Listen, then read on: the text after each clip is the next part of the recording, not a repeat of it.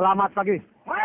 Baik, pagi ini sesuai dengan jadwal kegiatan bahwa saya akan mengajari atau kita bersama-sama belajar tentang bagaimana lempar pisau yang baik.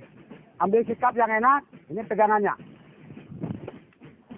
1, 2, 3.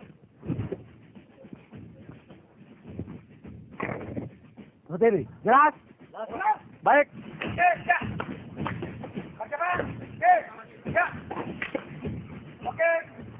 Kopassus yang digunakan Kopassus adalah pisau Aitor yang paling terakhir kita terima adalah bentuknya seperti ini. Ini lengkap, ada alat kompasnya, ada yang lainnya ini khusus untuk pisau rimba. Adalah untuk di hutan pada saat latihan, pada saat operasi juga kita bisa menggunakan ini. Karena dia diperlengkapi lengkap, ada alat pancingnya, ada tombaknya, ada semuanya di dalamnya ada lengkap. Ini seluruhnya ada. Ya, untuk menunjang operasional, untuk operasi atau untuk latihan ini lengkap. Kita juga punya standar Kopassus juga, seperti yang ini. Ini adalah standar Kopassus. Dan ini dibuat bisa juga dipesan di Jerman, ada juga kita dibuat di Bandung, di Jerman, namanya di Pak Teddy Karden.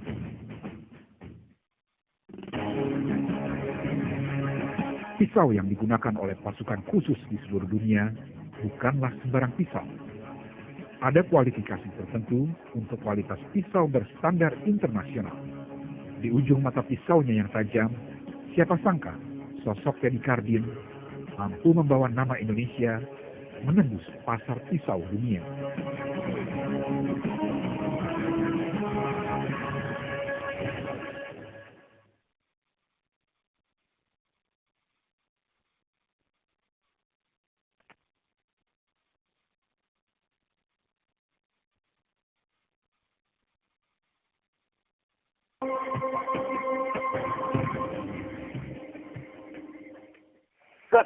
Tuh.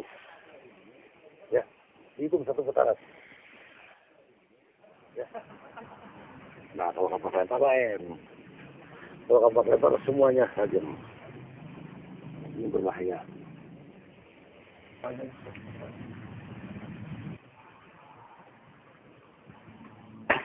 Inilah sosok Teddy Karden, si ahli pisau. Sebutannya mungkin tak berlebihan, mengingat pisau buatan tangan pria bernama lengkap Teddy Sutardi Karden ini mampu menusuk pasar internasional. Jalan hidupnya tak pernah jauh dari tajamnya mata pisau. Kualitas pisau produksi Teddy dapat disetarakan dengan pisau buatan luar negeri yang dipakai militer internasional. Jangan pakai kuat. Tak hanya digunakan oleh angkatan bersenjata di Indonesia, pasukan elit Amerika Serikat Green Beret dan pasukan Yordania pun jadi pelanggannya. Banyak penghargaan yang telah diraihnya, baik untuk produk pisau dalam negeri yang mendunia, juga jasa-jasanya dalam bidang kemiliteran, sehingga ia diangkat sebagai warga kehormatan Korps Baret Merah. Yang rutin dalam jumlah itu cukupan itu dari Pakas. Karena mereka melihat kualitas kita memang bagus. Kalau dari Kopassus, Kopassus masih perorangan aja. Dari Brimob juga perorangan aja. Walaupun jumlahnya lumayan lah. Kita pernah dapat itu dari Jordan. Dulu Pak Prabowo pesan untuk Jordania. Kita dapat 3.000. Itu pasukan berikutnya. Pisau itu adalah alat bantu manusia yang paling simpel. Ya buat kita para orang-orang yang menyukai hidup di alam bebas. Seperti filosofi padi, makin berisi, makin menunduk. Kaya akan ilmu tak membuat Teddy lupa diri. Kemahiran melempar pisau pria yang dilahirkan 60 tahun silam ini diwariskan pada juniornya, anggota muda Perhimpunan Penempuh Rimba dan Pendaki Gunung Wanadri. Sebagai penggiat alam bebas, pisau bagi Teddy Karden tak ubahnya istri kedua.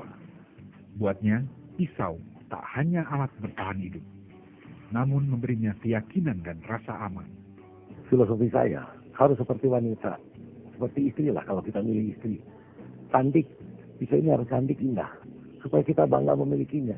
Pisau ini juga harus tahan, harus kuat, sama seperti istri kita. Harus punya mental yang baik, punya mental yang bagus lah, tahan gitu, tahan banting. juga pisau ini harus berfungsi sesuai dengan fungsinya. Ya itu juga kalau nggak berfungsi ngapain? Kita punya perempuan cantik baik tinggal di rumah, tapi fungsinya hanya sebagai perhiasan ya nggak benar juga lah. Kesetiaan pisau yang selalu menemani Teddy berkegiatan inilah yang akhirnya membuat Teddy Cardin tergerak memproduksi pisaunya sendiri.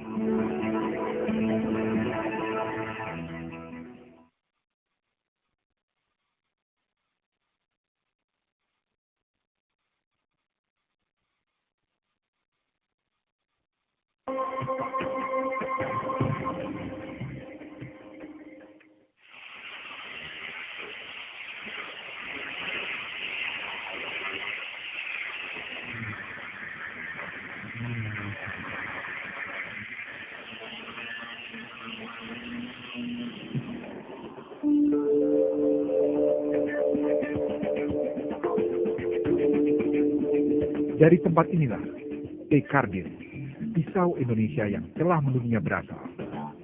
Meski bengkel pisaunya terlihat sederhana, namun mampu menciptakan pisau berkualitas internasional. Tak seperti pisau pada umumnya yang dibentuk dengan mesin teknologi modern, pisau produksi bengkel ini dibentuk secara manual menggunakan gerinda sesuai keinginan pemesan. Dengan mengandalkan 30 tenaga karyawannya, Teddy mengaku belum bisa memproduksi pisau dalam jumlah banyak. Dalam sebulan hanya 300 bilah pisau yang mampu diproduksi bengkel pisau milik Teddy. Kita mulai bikin pisau tahun 92 akhir. 92 akhir. Kira-kira bulan Oktober November lah. 92. Bengkelnya di rumah waktu itu. Jadi tahun 92 bikin di rumah sampai tahun 96. Berisik, kotor. Karyawannya juga cuma berapa orang ya? Cuma 4 orang waktu itu. Mulai tahun 2006 kita kontrak bengkel. Kontrak bengkel dekat rumah, karyawannya mulai meningkat kurang lebih 15 orang. Kemudian tahun 2007 kita pindah kemari, karyawan udah 30 orang lebih. Karena dibuat satu persatu, maka proses pembuatan pisau memakan waktu yang tidak sebentar. Langkah pertama diawali dengan membuat pola.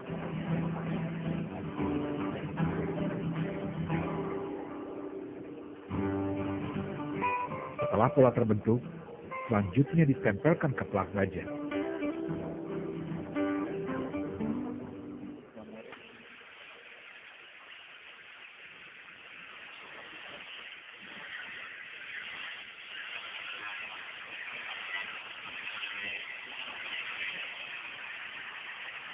Pelak baja yang sudah ditempel pola kemudian dipotong.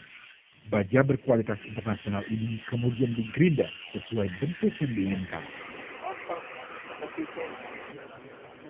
Usai pembentukan, langkah berikutnya adalah proses pembakaran. Di sini pisau dibakar agar mengeras.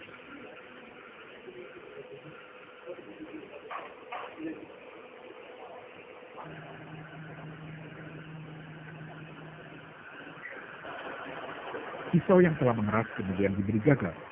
Gagang pisau sendiri terdiri dari beberapa bahan, di antaranya tanduk rusa, tanduk lebah, dan kayu ebony. Tahap akhir dari pembuatan pisau adalah pengukiran. Di sini pisau diukir menggunakan tangan atau disablon. Motif ukuran dari beberapa suku di Indonesia menjadi ciri khasnya.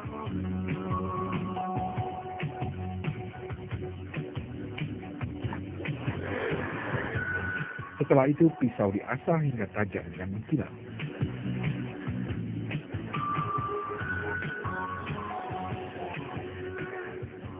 Belum lengkap jika benda tajam ini tak diberi sarung, yang bahannya dari kulit hewan yang keras. Pengerjaannya pun dilakukan dengan teliti.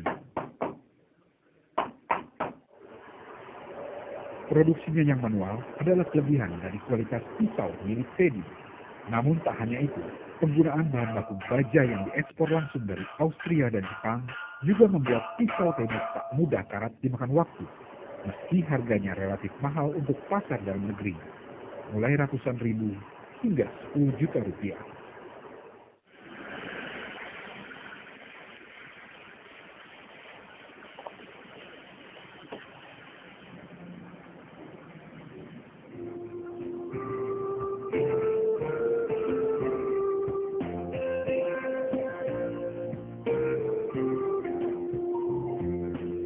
Bahan baku khusus untuk pisau. Cuman sayangnya Indonesia nggak produksi bahan itu. Jadi terpaksa kita impor. Via agen dari Jepang dan Austria. Hitachi dan Bohler. Kita pakai itu. Waktu kita pesen ke Jepang, Hitachi, itu AT34. AT34 ini baja terbaik di dunia untuk bikin pisau. Kalau yang dari Jepang kita bisa beli eceran. Tapi untuk kualitas yang terbaik, itu minimum 1 ton minimum.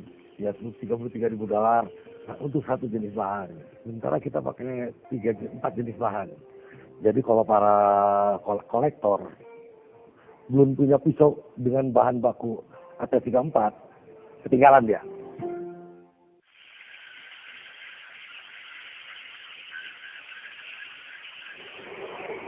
Menjaga kualitas suatu produk tidaklah mudah. Teddy mengaku mempercayakan proses uji kelayakan pada Momon, sahabatnya di organisasi penggiat alam Wanadri. Kita sampai sekarang tetap kita sistemnya sterilisasi. Jadi lihat satu orang, dia ada yang kemampuannya di blade, pembentukan blade, ada yang digagang, ada yang sarung. Jadi kita bagi-bagi divisi ya. Karena untuk quality controlnya kita mengontrol, misalkan ada kekurangan di gagang, kita tinggal menegur di gagang aja untuk quality control. Nah, satu sama lain ini saling ada kemampuan untuk lebih. Wah, saya bikin gagang mesti lebih bagus. Akhirnya sama-sama saling berlomba tapi untuk kebaikan gitu. Kalau ada komplain itu selalu pasti larinya ke saya dulu. Nah, kalau ada yang rusak, kalau memang tidak sesuai dengan pesanan si pemesan, pasti kita ganti. Apalagi kalau yang retak begitu kita. Karena di quality control di bengkel aja udah diproduksi udah ketahuan. Jadi ada tahapannya, berapa tahap. Dari bengkel nanti ada ke finishing, baru terakhir waktu pengiriman saya kontrol lagi.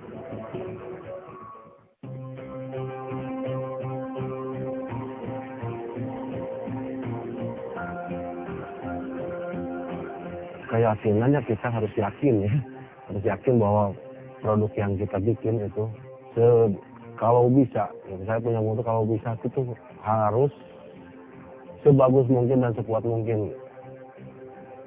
Makanya saya punya keyakinan itu harus kuat, harus ini. Jadi kalau ada yang ngerjain ini, oh ini kurang bagus, mendingan dibongkar lagi lah daripada ini. Soalnya kan kita jual harganya harga mahal kan, jadi harga pisaunya mahal kan. Makanya kita juga harus puas kan, yang beli harus puas.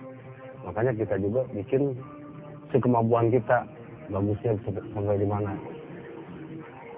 Jadi kalau ada yang susah dipecahkan, ini bahan ini tuh gimana? Kadang-kadang saya suka bertanya, ini kelemahannya ini apa Pak?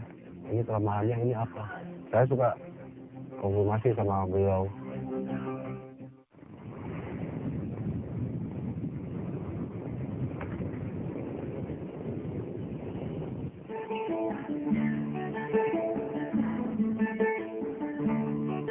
Rumah di Jalan Hegarmanah Tengah 46 Bandung ini tak hanya digunakan Teddy sebagai tempat peristirahatan. Rumah yang terasa asli ini juga dijadikan bengkel tahap akhir pembuatan pisau. Disinilah pembeli biasanya memesan ataupun memperbaiki pisau. Tak hanya dijadikan bengkel, kecintaannya pada pisau juga mengorbankan sebagian rumah ini untuk dijadikan ruang pamer pisau-pisaunya. Saya lagi cari hadiah nih Pak untuk ayah saya. Kira-kira kalau saya beliin pisau ini, dia suka nggak ya Pak?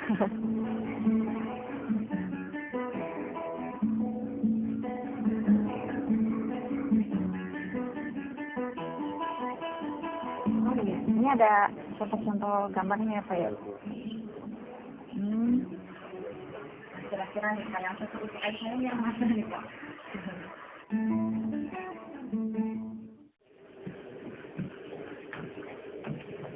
Di lantai 2 bangunan kayu inilah, Teddy kembali melakukan pemeriksaan akhir pisau-pisau pesanan pelanggannya sebelum dikirim. Jika ada cacat sedikit, pisau pun segera dikembalikan ke dalam bengkel. Rambutnya bagus nih, dan dayak.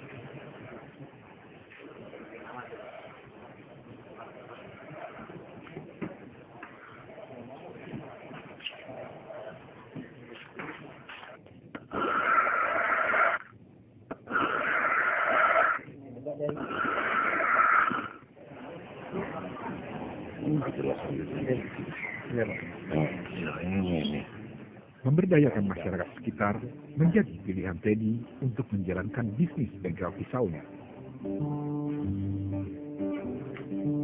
Manajemen Teddy yang bersifat kekeluargaan membuat para karyawannya memiliki loyalitas tinggi pada Teddy. Jadi ada 29 atau 30 orang karyawan, semuanya di atas 10 tahun. Jadi begini, berikan rasa kepemilikan. Mereka merasa memiliki perusahaan ini. Tanpa walaupun ini, kita udah bikin aturan. Dari 100% laba, 25% kembalikan ke karyawan sebagai bonus. Akhirnya mereka merasa memiliki. Dan kita sadarkan, kalian bekerja harus sebaik mungkin. Karena dapur kalian dari sini.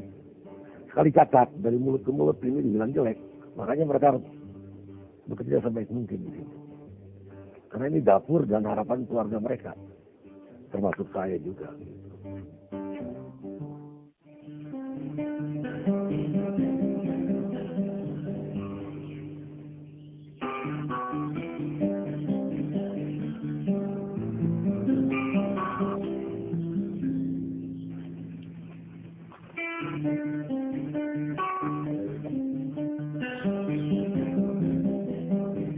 Pada awalnya pisau buatan Teddy diberi nama Cordato. Namun tahun 1994, namanya diganti menjadi P. Cardin Pisau Indonesia. Nama Indonesia sengaja dicantumkan agar dunia internasional mengetahui bahwa Indonesia mampu membuat pisau bermutu sejajar dengan kualitas pisau buatan luar negeri.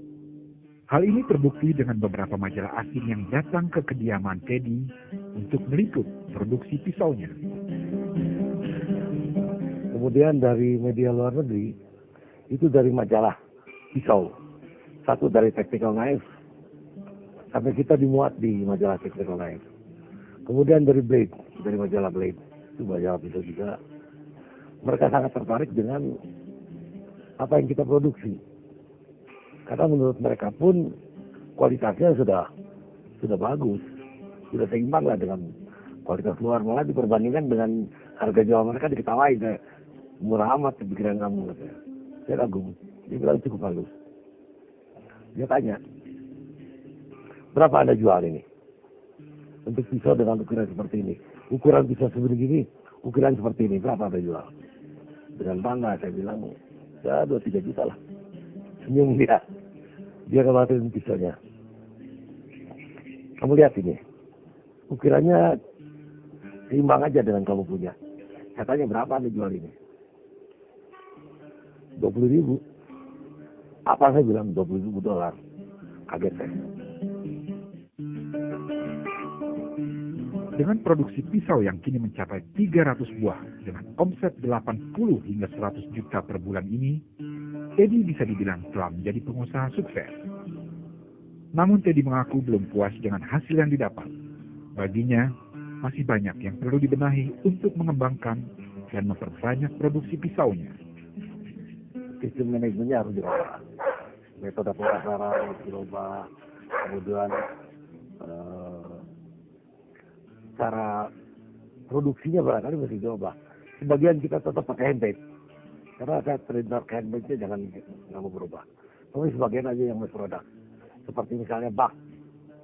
Itu ada yang handmade, ada yang jumlah banyak.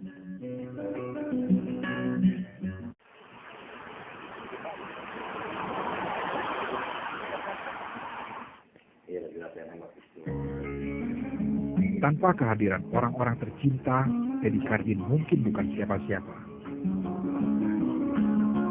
Istri dan 2 orang anaknya tetap mendukung pekerjaan Teddy, meski mereka mengetahui pekerjaan Teddy yang penuh resiko, dan tak jarang harus meninggalkan keluarga dalam waktu yang lama.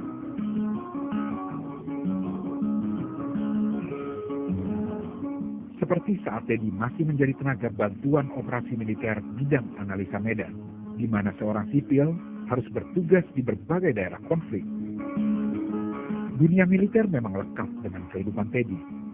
Ayahnya yang berprofesi tentara membuat Teddy dekat dengan berbagai hal yang berhubungan dengan militer.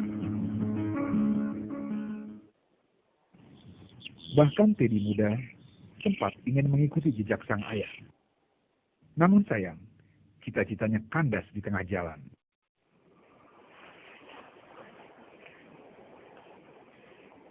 Kegagalannya menjadi tentara tak membuat Teddy kecewa.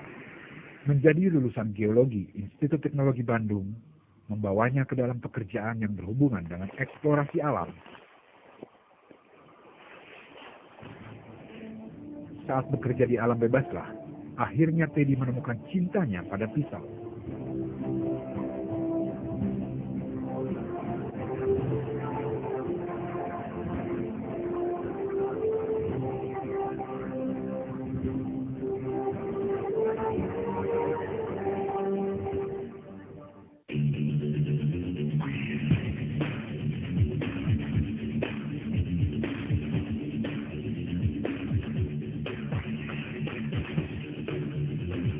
Pisau untuk bacok, ukurannya harus agak besar.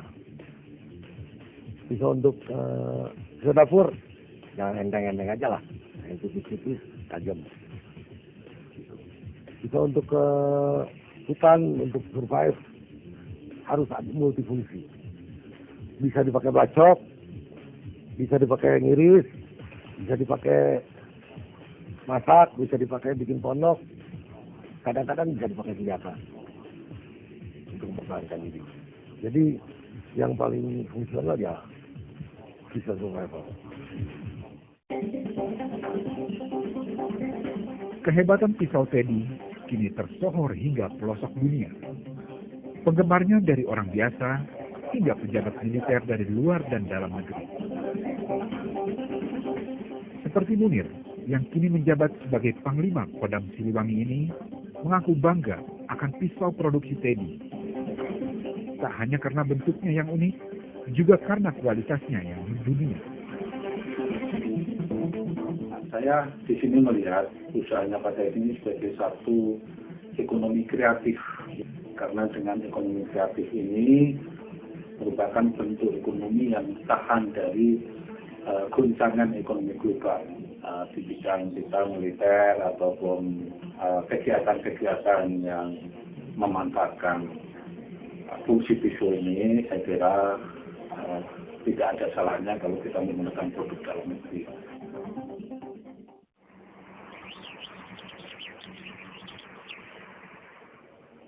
Lahir di Bandung Utara, dengan kondisi wilayah yang berbukit dan dikelilingi pegunungan, membuat Teddy tak asing dengan kehidupan hutan. Kembali segar dalam ingatan Teddy, dahulu saat kecil, dirinya seringkali diajak berburu rusa atau babi hutan oleh ayahanda tercintanya.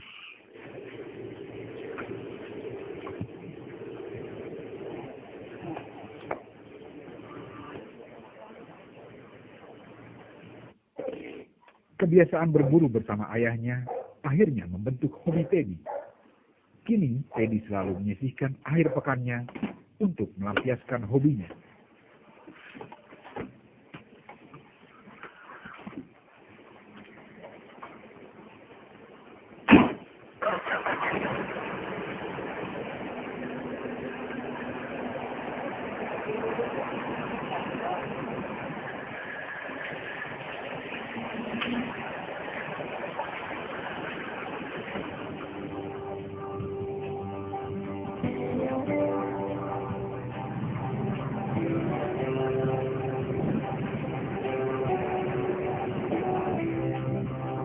Subang adalah tempat yang biasanya dipilih Teddy untuk melakukan perburuan. Di umurnya yang tidak muda lagi, Teddy terbilang kuat untuk melakukan aktivitas berburu.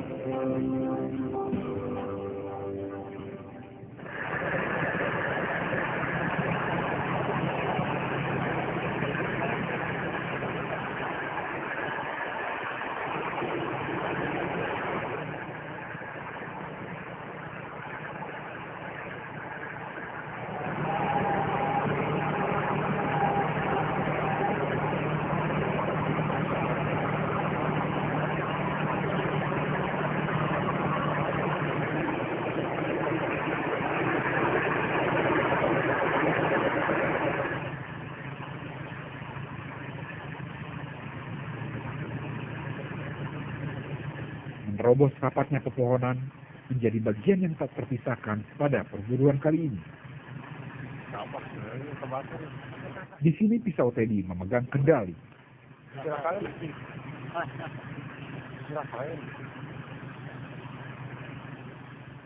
Cuaca yang kurang mendukung dan medan yang tidak bersahabat memaksa Teddy menyudahi perburuannya malam ini. Namun Teddy tidak menyesal, karena berburu bukan sekedar mendapatkan hasil buruan. Baginya, nuansa petualangan dan kebersamaan tak begitu saja menyia-nyiakan waktunya.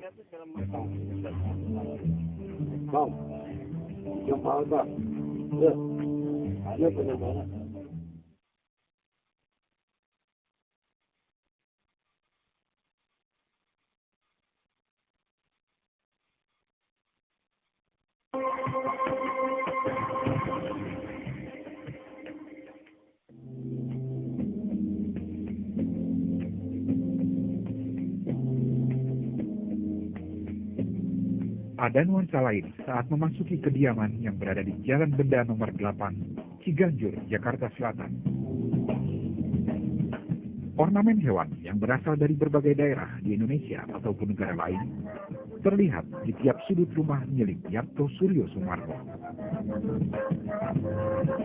Yapto, seorang tokoh masyarakat yang juga kerabat dekat Teddy Kardin ini, mengaku mendapatkan ornamen hewan tersebut dari hobi berburunya.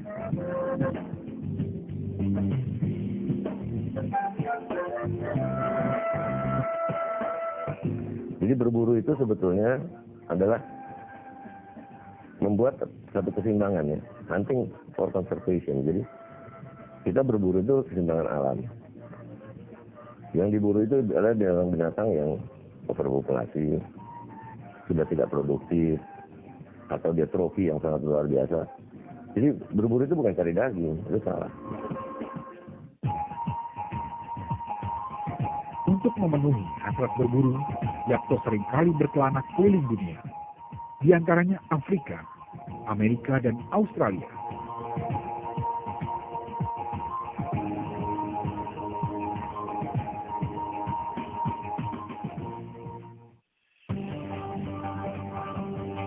Saat berburu, baik di hutan maupun savana, pisau menjadi pendamping paling setia bagi si pemburu, termasuk Yapto. Standar seorang pemburu itu dari sejarah berburu sampai sekarang ya Bowie. Karena Bowie sekarang bentuknya tidak harus Bowie seperti asli dari Amerika yang dibikin Bowie dulu. Tapi Bowie sekarang dari bentuknya aja, shape-nya ya, itu namanya Bowie gitu. Itu dia multifungsi, bisa potong kayu, bisa buat ngebelek, bisa buat skinning, bisa gitu. Karena dia ada lengkungnya juga. Kang yang saya pakai waktu di Amerika, saya bikin dari kulit ikan pari, ini bagian punggung yang di tengah itu, satu, karena ukurannya semua sama, saya bikin satu lagi dari kulit buaya. Sekarang mulai ke sulit Kang ya. Kecintaannya pada berburu pula lah yang mengantarkan Yapto menjadi seorang kolektor pisau. Saat ini ada sekitar 800 pisau koleksinya, baik buatan sendiri ataupun yang dibelinya dari luar negeri. Itu Kang, yang tomahawk nih. Kalau kayak ini kan nilainya beda Kang ya. Oh, tajamnya kegiatan orang India dia. Dia mempertahankan tradisinya, nggak mau rubah-rubah di modernisasi, masih asli pakai geraham bison, Ya, Dari hobi mengoleksi pisau, Yapto pun mengenal sosok Teddy Cardin. Dan semua jenis pisau yang diproduksi Teddy masuk dalam koleksi kesayangannya. Bapak Presiden. Ada tulisan ini. Bagi Yapto, Teddy Cardin tak hanya pembuat pisau yang handal, namun juga inspirator baginya saat hendak membuat sendiri sebuah pisau. Ada Mas. Saya kenal Kang Teddy ini dari zaman terjun, dari zaman Wanadri ya. Sekarang sama pendiri Wanadri itu teman saya. Dan anak Wanadri itu khasnya itu satu kompak. Kedua masing-masing punya keahlian. Dan saya lihat dia seorang geolog yang butuh peralatan-peralatan seperti pisau-pisau ini. Keluar masuk hutan dan segala macam. Sehingga beliau ini dari keliling seluruh Indonesia juga mempelajari itu yang saya ngobrol sama beliau. Bahwasanya dia paling lama di Kalimantan. Pada satu Kabupaten Mandau gitu. Tapi juga pernah di Irian. Di Irian, Parang Irian. Beliau juga seperti saya udah kemana-mana. Sehingga mencari satu bentuk yang semua bisa dipakai di mana-mana gitu. Dan itu yang saya pakai juga sekarang gitu.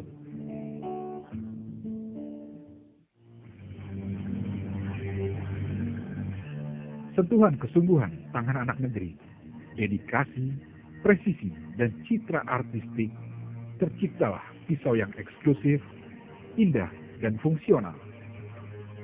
Teddy Cardin merupakan manusia Indonesia yang dengan karyanya mampu menorehkan nama Indonesia di kancah internasional. Berbekal ketekunan serta pantang menyerah, kini ia berhasil menggapai semua mimpi-mimpinya.